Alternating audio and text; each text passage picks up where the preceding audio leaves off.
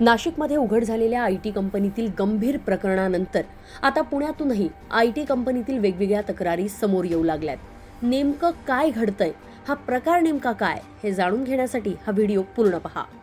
पुण्यातल्या IT hub म्हणून ओळखल्या जाणाऱ्या हिंजवडी परिसरातील एका बहुराष्ट्रीय कंपनीमध्ये विश्रांती कक्षाचा वापर हा धार्मिक विधींसाठी केला जात असल्याच्या तक्रारी पुढे आल्यात।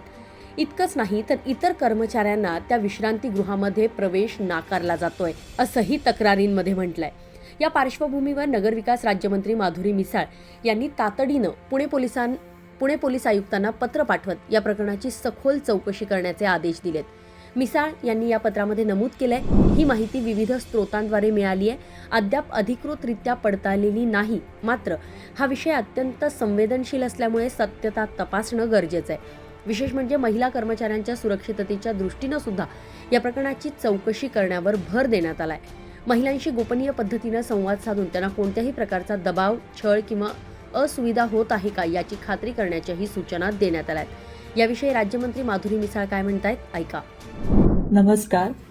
पुण्यामधील एका बहुराष्ट्रीय कंपनीमध्ये त्यांचं जे रेस्टरूम आहे ते एका विशिष्ट समाजाच्या धार्मिक विधीसाठी वापरलं जातं आणि त्यावेळेस इतर कंपनीतल्या कर्मचाऱ्यांना ते रेस्टरूम वापरण्यास बंदी घालण्यात येते। अशा प्रकारच्या खूप साऱ्या तक्रारी माझ्याकडे आल्या आणि त्याबद्दल मी माननीय पोलीस कमिशनर यांना या संबंधीचं एक पत्र पाठवलेलं आहे।